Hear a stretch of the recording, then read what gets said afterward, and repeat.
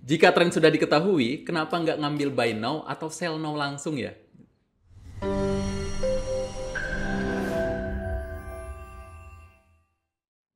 Oke teman-teman, kembali lagi bersama saya dengan Teguh Hamzah Pansuri di NFC Forex TV, tempatnya trader Nusantara teredukasi.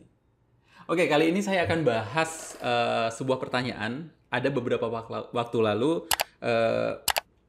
nanya ke saya seperti itu. Mas, kalau misalnya Mas Teguh udah tahu trennya akan turun, kenapa nggak di sell now aja? Kan lumayan Mas profitnya. Nah kemarin tuh kejadiannya ada di pair Euro USD. Ini ya. Langsung aja kita lihat chartnya ya. Jadi ini dia. Jadi ada area ini dia. Ini areanya. Saya marking dulu ya. Nah ini areanya. Nah saat itu beliau sampaikan, lah Mas kalau misalnya sampean udah tahu itu udah nge-break support, ini kan nge-break support dianya, ini nge-break support, nah nge-break support, lah kan bisa langsung sell now gitu kan. Saya sampaikan, ya saya dulu seperti itu Pak gitu ya, jawabannya sih boleh, buy now, sell now ya boleh, karena saya dulu melakukan hal itu gitu. Nah ketika saya udah gabung sama NFC, kok itu jadinya nggak worth it gitu ya, jadinya saya tidak melakukan hal itu lagi gitu. Nah, pertanyaannya kalau misalnya teman-teman melakukan buy now atau sell now saat ini gitu ya kan. Teman-teman, pertanyaan pertama, teman-teman tahu taking profitnya. Ketika saya tanya ke beliau, jadi taking profitnya berapa Pak kalau Bapak? Ya, 30 pip, 50 pip bisa. Oh ya, oke. SL-nya? SL-nya nge-break resistennya. Kebayang kan, nge-break resistennya berarti berapa lebarnya kan gitu.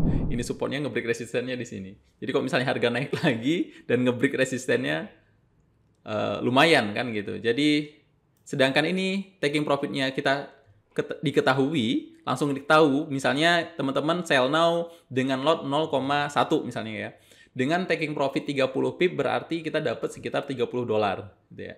30 dolar.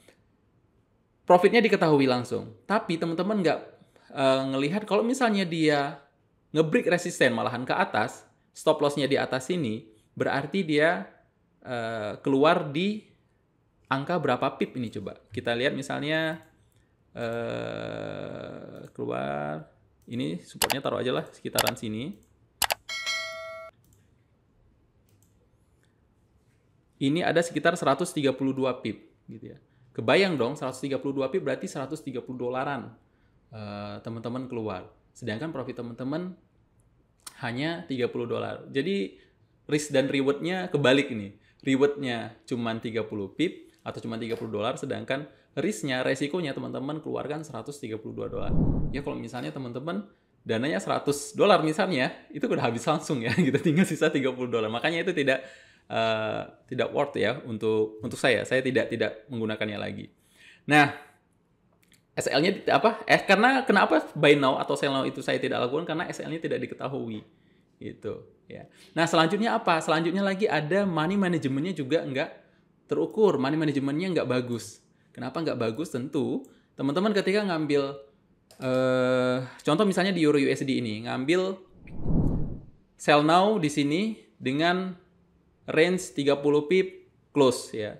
30 pip close berarti kan dapat 30 dolar menggunakan lot misalnya 0,1.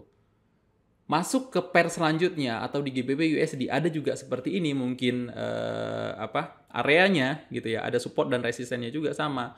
Pasti beda nih range antara support dan resistennya. Bisa jadi 200 pip, bisa jadi 250 pip. Bayangkan kalau misalnya 250 pip habis tuh, tergerus tuh, ya kan?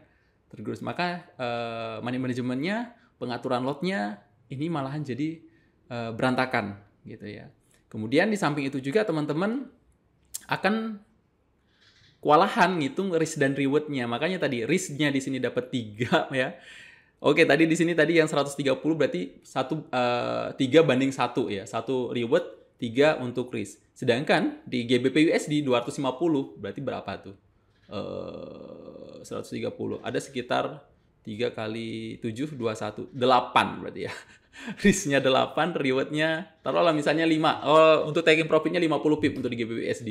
50 pip berarti ya risk-nya 5. Ya, risk-nya 5, reward-nya 1. Nah, maka teman-teman terlalu banyak berarti kan, lebih besar SL-nya ketika hit SL daripada hit profitnya. Jadi mungkin itu akan teman-teman ketika udah tahu ini misalnya keadaan downtrend seperti ini, teman-teman bisa nge-sell langsung sell now, dapat 30 pip atau dapat 50 pip, dapat $50 atau $30 tadi ya. Ya syukur, bersyukur gitu dapat, alhamdulillah misalnya. Tapi kebayang nggak kalau misalnya teman-teman ternyata areanya itu nggak menembus nge-break. Jadi kita bisa jadi hal yang terjadi di market itu kan seperti ini teman-teman. Ketika misalnya teman-teman di sini sell now di sini, karena kejadian di market luar sana ya, teman-teman trader di luar sana itu entry-nya ya sell now. Misalnya harga sekarang bergerak ke sini ya, sell now dan taking profit-nya di sini. Taking profit-nya di sini.